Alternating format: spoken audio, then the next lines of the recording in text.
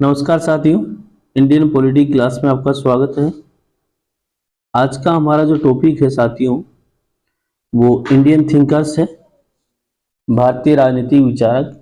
और उसमें जो आज हमने लिया है थिंकर्स, वो है महात्मा गांधी। महात्मा गांधी के बारे में आज हम साथियों चर्चा करेंगे। जरा देखिए,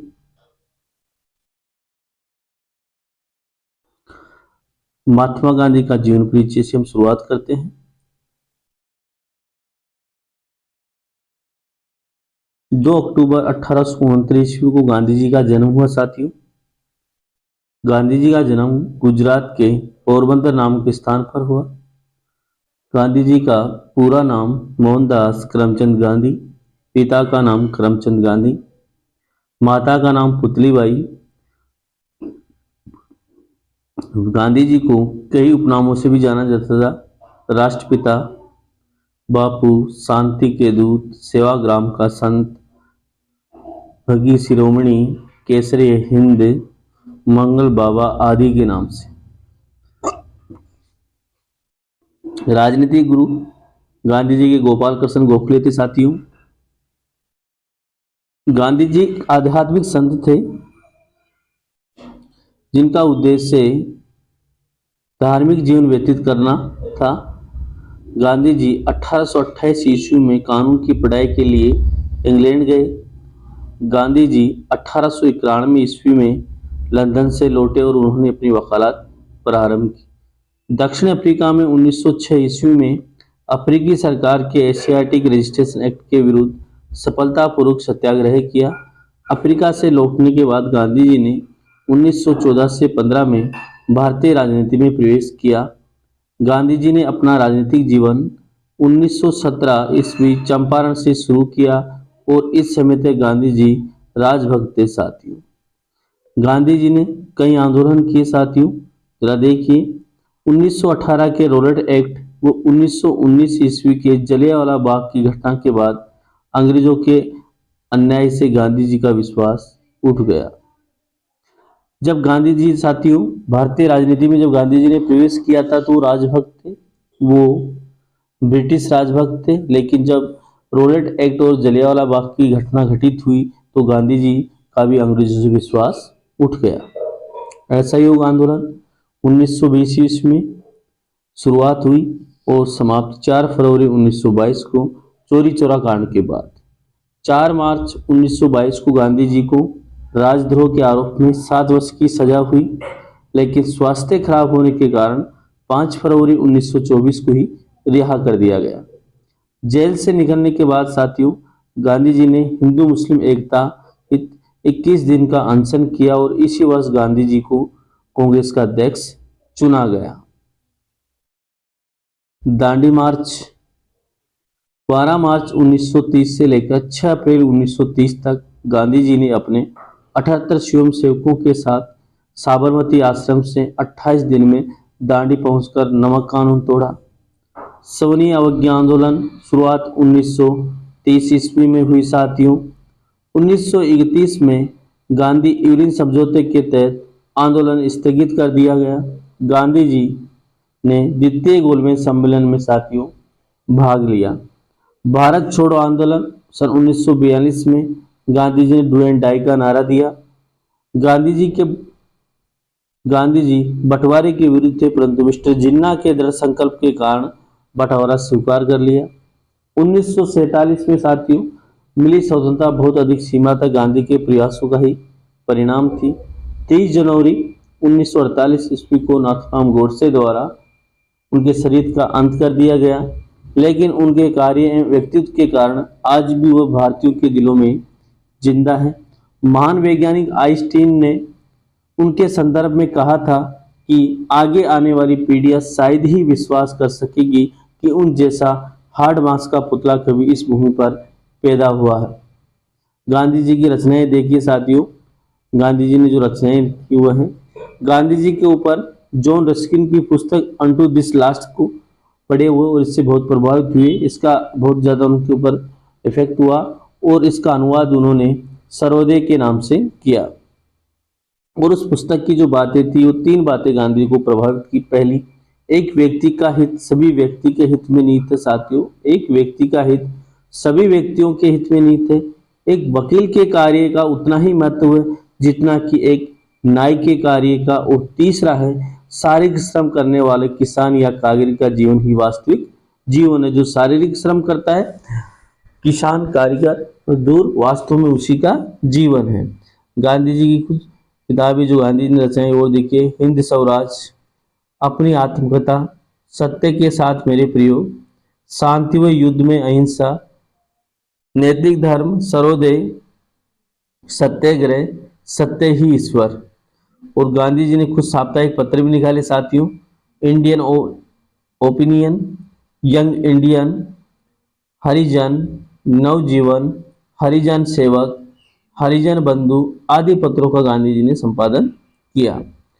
गांधी जी आप सभी जानते हैं साथियों, सत्य और अहिंसा के पुजारी थे। गांधी जी सत्य और अहिंसा, गांधीवादी विचारधारा में सर्वोच्च महत्व सत्य व अहिंसा को प्राप्त है। सत्य व अहिंसा को मनुष्यों में अंतर्निहित धार्मिक भावों के विकास के लिए समझते थे। सत्य क्या है, जरा देखिए साथियों, सत्य क्या है।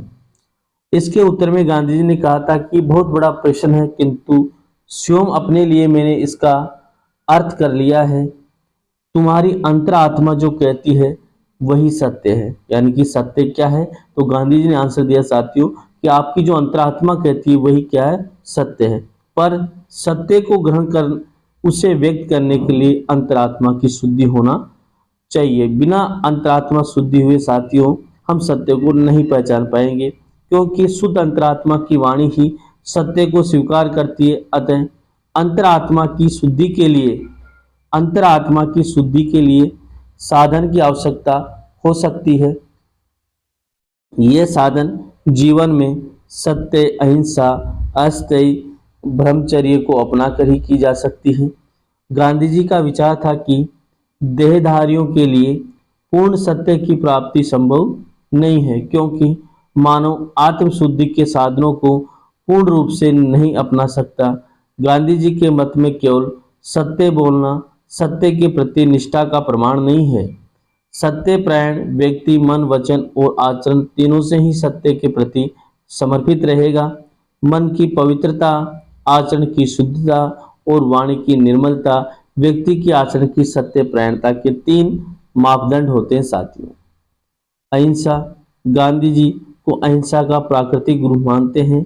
गांधी जी अहिंसा को प्राकृतिक गुरु मानते थे और उनका विचार था कि मनुष्य स्वभाव से अहिंसा प्रिय है तथा वह परिस्थितिवश ही हिंसावान बन सकता है। गांधी जी का मत था कि अहिंसा के आधार पर एक व्यवस्थित समाज की स्थापना और मानव जीवन की भावी उन्नति संभव है। अहिंसा मानव जीवन की महानतम शक्ति है। गांधी जी की मूल धारणा है साथियों की अहिंसा मानव जाति के पास उपलब्ध महानतम शक्ति है तथा पूरा संसार इस शक्ति द्वारा नियंत्रित व संचरित है। अहिंसा एक जीवंत शक्ति है। गांधीवाद की मूल धारणा है यही है साथ। दूसरा, अहिंसा मानव जीवन की स्वाभाविक प्रवृत्ति है। गांधी जी का विचार है कि हिंसा नहीं, अहिंसा ही मानव जीवन का स्वाभाविक प्रवृत्ति है। अज्ञान, असत्य और क्रोध के वशीभूत होकर व्यक्ति हिंसक आचरण को अपनाता है, लेकिन ये नितांत अस्थायी है। अहिंसा हिंसा की तुलना में अधिक प्रभावकारी है। अहिंसा की सफलता सुनिश्चित है। गांधी जी के अनुसार अहिंसा एक ऐसा अस्त्र है जिसे कोई भी भौतिक बल झुका नहीं सकता। अहिंसा की शक्ति की मात्रा अधिक होती है, इसको सीमा में नहीं बांधा जा सकता। अहिंसा का आज से गांधी जी ने जो अर्थ बताया साथियों अहिंसा का, देखिए गांधी जी के अनुसार अहिंसा का अर्थ केवल हत्या न करना नहीं है, बल्कि अहिंसा से उनका तात्पर्य है साथियों अन्य किसी प्रकार से भी अपने विरोधी को कष्ट न पहुंचाना। अपने विरोधी को कष्ट न पहुंचाना गांधी जी के अनुसार अहिंसा का अर्थ है साथियों। गांधी जी का अहिंसा में दृढ़ विश्वास था। उन्होंने अहिंसा के 3 अवस्था बताई है साथियों, जरा देखिए गांधी जी ने अहिंसा की जो अवस्था बताई है वह पहला है जागृत अवस्था। यह अहिंसा का सर्वोत्कृष्ट रूप कहा जा सकता है। ये साधन संपन्न या बहादुर व्यक्तियों की अहिंसा है। दूसरा है औचित्यपूर्ण अहिंसा, ये निर्बल व्यक्तियों की अहिंसा व असहाय लोगों का निष्क्रिय प्रतिरोध होती है साथियों। और तीसरा है भीरू या डरपोक की अहिंसा। एक डरपोक संकट का सामना करने की अपेक्षा उससे भाग जाता है। गांधी जी के शब्दों में कायरता और अहिंसा पानी और आग की भांति एक साथ नहीं रह सकते। सत्याग्रह जरा देखिए, गांधी जी सत्य और अहिंसा, साध्य और साधन और साधन की व्यक्ति की नैतिक पवित्रता में दृढ़ आस्था थी और अपने इन्हीं विश्वासों के आधार पर उन्होंने बुराई के प्रति एक नवीन मार्ग का आविष्कार किया जिसे सत्याग्रह नाम दिया गया। गांधी जी ने अपने शब्दों में सत्याग्रह के लिए कहा है कि अपने विरोधियों को दुखी बनाने की बजाय स्वयं अपने को दुख में डालकर सत्य की विजय प्राप्त करना ही सत्याग्रह साथ है। दोबारा से देखिए, अपने विरोधियों को दुखी बनाने की बजाय स्वयं अपने को दुख में डालकर सत्य की विजय प्राप्त कर लेना ही साथियों सत्याग्रह है। सत्याग्रह को सत्य की विजय हेतु किए जाने वाला आध्यात्मिक और नैतिक संघर्ष का नाम है। सत्याग्रह के गुण देखिए साथियों, गांधी जी के अनुसार प्रत्येक सत्याग्रह के सिद्धांत पर आचरण नहीं कर सकता प्रत्येक व्यक्ति। सत्याग्रह में कुछ विशेष गुण होने चाहिए, सत्याग्रही में कुछ विशेष गुण होने चाहिए। उनके अनुसार सत्याग्रह के लिए यह आवश्यक है कि वो सत्य पर चलने वाला हो, डिसिप्लिन में रहने वाला हो तथा मनसा वाचा और कर्मणा अहिंसा में विश्वास रखने वाला हो। सत्याग्रह कभी अपने उद्देश्य की प्राप्ति के लिए छल कपट झूठ हिंसा आदि का आश्रय नहीं लेते। सत्याग्रह के भी विभिन्न रूप बताए गांधी जी ने, जरा देखिए।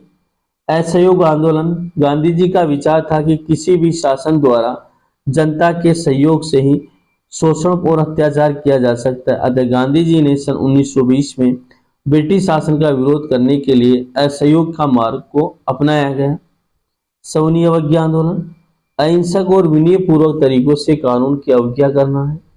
हिजरत या प्रयोजन, इसका अर्थ है साथियों स्थायी निवास स्थान का स्वैच्छिक परित्याग।